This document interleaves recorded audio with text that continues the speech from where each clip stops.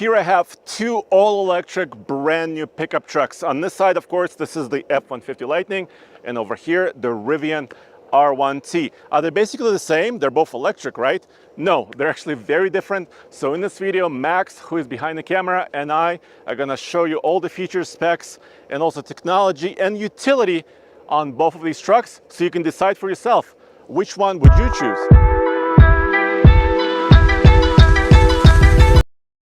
Is a key fob, and the key fob unlocks this, which is the most impressive electric truck I have ever seen. This is the Rivian R1T. And this might be the most unremarkable EV I've driven all year. And that might be a good thing. Let me explain. Think about the other EV trucks out there right now. You've got the Rivian R1T, which is wonderful, but it's a bit of a California startup experiment. And then there's the Hummer EV, which is a 9,000 pound idiot. We love it as well, but it's really expensive and massive. And then there's the Cybertruck, which only exists in your dreams. They all answer a question that no one was really asking. It doesn't need to be a spaceship. The F-150 Lightning is the first simple, down-to-earth EV truck for everyone. Both of these electric trucks have something interesting. They're steel frames, but aluminum bodies. To show you this, here, it's supposed to be 145 inches, and it is approximately here in the real world. That's the wheelbase. So that's 10 inches longer than the Rivian. And also much larger bed, that we'll show you in a second, and much larger cab interior volume as well. So this is a proper full-size pickup truck, where the Rivian is kind of an adventure truck, kind of between sizes. So next should be the frunks. Well, I beat you up. Yeah, and it's a bit smoother, isn't it? All right, well, let's check out the F-150. I really like that the grill went up so I can get right in here. Yep. Then you get have the sub-frunk. Yeah. Not too deep. And what I like is, just like in the Rivian, you've got a drain. And can't forget about over here, Power City, and it tells you exact 2.4 kilowatts. That is double what you can get out of the entire Rivian, and that's just in the front of the Ford. So Rivian obviously doesn't have the front grille out of the way, which means that everything's more of a bucket style. It also has a net. And it has a sub-frunk. Has its sub-frunk, which nicely folds out of the way if you don't have something on it. So I think it has a lot of the same features except for this. I think we lost points there. And I mean, the only power in here is a 12 volt. As opposed to all the different ones in the Ford. Right, I think this round goes to Ford. And launch. Oh, that's quick. Nice and smooth off the line though. And 100 kilometers an hour in 4.46 seconds. That's quick. That's quite quick, actually. 580 horsepower, 775 pound-feet of torque. It might not be as fast as the Rivian, or it might not be as fast as the Hummer EV, but don't forget, the Ford F-150 Raptor, which costs $110,000, is slower than this.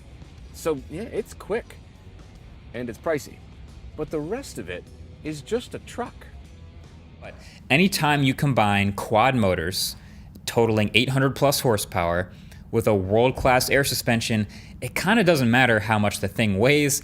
This truck absolutely hauls. 0 to 60 in 3 seconds flat, which is amazing. It does taper off after that, but that is a crazy fast time for a truck, and it feels fast. There's a hydraulically interlinked damper system that controls the air suspension. That's used not only for body roll control, but also to actually give you adjustable ride height. You can see on the screen here that our ride height is adjustable. It actually is adjustable from about 15 inches to 9.5 all the way. So that's quite a range, and that's possible thanks to the air suspension. Yes, Max, I know the Rivian has really great ground clearance. 15 inches is a lot. The Ford, on the other hand, does not have height adjustable suspension, but it's quite unique for a full-size truck. Like you were mentioning, independent rear suspension. Look at the size of those trailing arms and A-arms. Dual motor setup.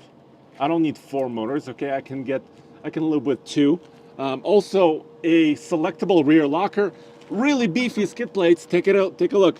So even though I don't have as much ground clearance as you in the Rivian, I still have a really good all-wheel drive system. Next up, we got to check out the rear seats. All right. I really like the rear seats in the Ford. Look how much space. Look at how much knee room I have. Yeah. I think LeBron James could fit back here with room. The seats are pretty comfy. It's got a middle armrest. I will say that the materials are not my favorite. It's a very cheap leatherette kind of leather. I don't care. I feel like a king. The Rivian now, and it does feel a lot more Compact. I don't have quite as much arm room on the left-hand side.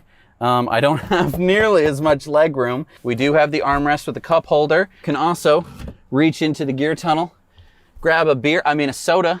Let me sit next to you. Oh, okay. Okay, no, first of all, I'm not as comfortable. I've went up onto some kind of hump. Yep. And I'm really close to you. Yeah. And can you get out of the way as much as you could before? So I'll go into Honda Civic mode. No, you can't. It's not quite the same. So like this would only be for a short ride. I would Yeah. not want to do this normally. How about head height? Head height feels lower. Materials are nice. There's USB-C in the headrest there, which is kind of a weird spot. There's USB-C here. I actually don't like the screen, and here's why. I feel like it's so easy to break it with either yourself or something you throw it into the back seat.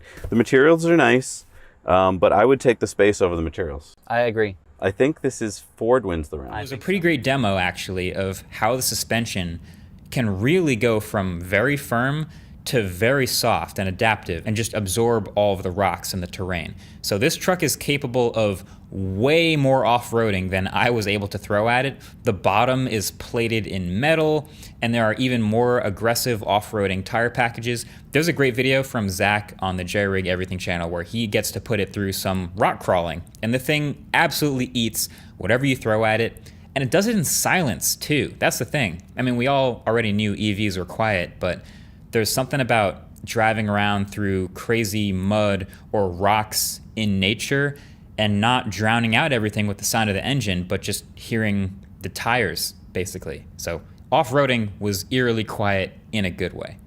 We bought a Ram because we need to tow a trailer that we use for filming, and in that trailer occasionally goes a race car that we take to the track. If I chose this to do those duties, I would get precisely not all the way to any of the destinations that I usually take the race car to. So that's a bit of an issue. Some outlets have found that when you tow something with this, the range goes right down. Like, it could tow 10,000 pounds, but James can probably bench press 105 pounds once with help. It doesn't count unless you can do it for a long time. Store stuff. They don't care how much it weighs, they care about volume. And we've got a lot of volume in the Rivian, specifically with the gear tunnel, which is, well, quite a cool feature. Come with me here. You can see this door pops open. We've got Scott's backpack here. We've got some of our camera gear, and you can see him waving there. That goes through the entire truck. How cool is that? But that's not the only thing I like. You can also, by the way, get like a kitchen that folds out of this. There's a lot of cool stuff Rivian does here. But this is rated for 250 pounds, so my lanky frame can stand on it just fine, and I can be very tall, you know, overlook my trailhead, do whatever it is off-roaders do, and it's cool. Next one is storage, and I think we should start off with a bed since it's a pickup truck, and I think the Ford wins. Okay, I'll give it to you in length, 66 versus 54. But Rivian does have a tonneau cover, which means I can cover what's back here and you can't. Okay. I also have storage here. True, and that might be where the tire goes. True. And the Ford does have a tire. But I've also got storage over here. Do you have that? No. Okay. What do you got? Oh, I got the bed and I got the frunk. We already looked at the frunk. How about under seat in the rear? Oh, yeah. Hang on. Yeah, boom, baby. We can also do this. Look at that. You can fit like a bureau back there. That's something the Rivian can't do. That's something the Rivian can't do, but the Rivian does have under-seat storage. Let's take a look at that. Okay, let's take a look. All right, so under-seat storage. Rivian's got it, baby. Look at that. Lots of storage in here. Although, I suppose, not quite the same. Subwoofer. And you can't really fit like bureau or a something. big thing back here or anything, yeah. Then I guess we go back to frunk. And I think that Ford F-150 wins there. So how would you rate this round? I'm gonna say tie, I guess. I mean, I'm gonna say Ford wins because the bed is bigger. Flashlight had to happen. So the story goes. Either way, that's a nice little addition. Then not only are there 2 full outlets in the trunk, but there's also an air compressor that can go up to 150 PSI, and it comes with a 20-foot hose that can reach all 4 tires, so you can literally inflate your tires with a built-in compressor on the truck, or do whatever else you want with the air compressor. It's just there anytime you need it. And if you check underneath the center armrest, there's a whole Bluetooth speaker separate from the car's sound system that just lives under there and wireless charges all the time too. It's got a huge battery, it's got lights, it's got a USB-C port to charge your phone. It can easily be the centerpiece of a camping trip or whatever sort of adventure is happening around this car. That's pretty sick. I love that. Onto the bed in the F-150 Lightning. To drop the tailgate, you can push a button on the tailgate itself, or you can tap a little button on the key fob, which I will do, and then of course it drops down automatically like you'd expect from a truck at this price point. Now, a couple of interesting items in the bed and tailgate. For one thing, on the surface of the tailgate, you have another ruler, another measuring stick, and you also have a centimeter measuring ruler, so you can do all kinds of measuring on your tailgate. You also have this little hole cut out at the top of the tailgate where you can stick like a clamp or a vise. So if you want to cut wood and you're out in the field, well, here's a spot where you can secure your clamp so you can do the cutting right on your truck. Also cool, integrated into this tailgate is a step to get into the bed. It's behind this plastic panel. You press this little square button and a step pops out, as you can see, making it easier to get in. And you can even lift up this rail, which is sturdy, so you don't fall over while you're trying to access your bed. Pretty cool and nice to see. But by far the coolest item in the back of this truck is more power outlets. You can see over on the side 2 more household outlets under this cover and another 2 more under this cover. And the last cover contains a 240 volt outlet, the big boy, that you can use to power like a washing machine if you want to. You can take your truck out to the middle of nowhere and use this outlet and its onboard power to do a cycle of laundry. Which sounds funny, but actually with this truck, it's not as funny as you might think, because this truck can power your house. If you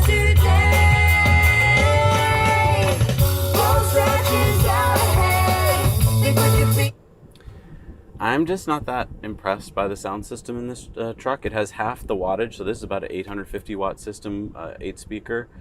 It just doesn't, it's a Bang Olufsen, but it just doesn't, it's okay. But if we go to the Rivian, all right, so instead of a 3-band equalizer, we've got a 9-band. We've got a lot more surround sound stuff. We can focus the sound stage. Plus, this is twice the wattage and twice the speakers. This sound system sounds really good. It's a Meridian with the subwoofer in the back. Although it's not as good as a Tesla sound system, I would say it equals your Model 3, and it doesn't quite meet a Model X standard, but it's really good. Mm-hmm. I think there's good and bad, I think, in each truck, so to speak. So how do we decide? How much actually would you pay for one of these Rivian R1Ts? So one like this with the quad motors, you're looking at about $85,000 if you were to reserve yours now. That said, you can get some cheaper Rivians. You can get the dual motor versions, which aren't shipping quite yet, but if you reserve yours, you can get those for as low as $73,000. Okay, but you have to wait for that. The Lightning is kind of a different story, or kind of the same story actually. The Lariat you see here with a larger battery pack and maximum towing package, we paid $80,700 for this one. They can be about $93,000 for a platinum model, or they can start at $40,000, which are hard to find. Those are the Lightning Pro models. So which one would you choose if you had 80 grand, or if you can buy either one? Well, you know, maybe it's because my friends are getting me into climbing, but despite lacking side cells, I feel like I can still navigate around the Rivian. And as someone who does like to kind of go outside, camp and bike and stuff, the Rivian speaks a lot to me, the R1T. I just love how this truck works. It might not be as practical as the Ford, which, you know, you can conceivably see this as a fleet vehicle. There's the Pro trims of this, of course, which are much more affordable. But for me, and my taste, I think the Rivian is the vehicle to have. And for me, at the end of the day, I just like the larger platform of this truck, even though it may not be as quick as the Rivian. So we just went head-to-head, 10 rounds, Ford versus Rivian. Let's recap. Stepping into the bed, the Rivian won. Yep. Frunk, Ford won. Yep. Rear seats, Ford won. Yep. Storage was a tie. Yep. Spare tire was a tie. The glass roof went to the Ford. The power outlets went to the Ford. Sound system went to the Rivian. Front seat storage went to the Ford. And the AC went to the Ford. So what we got is Ford 6, Rivian 2, and 2 of them are a tie. I think, ding, ding, ding, Yeah. Ford wins this 10 round. Now we're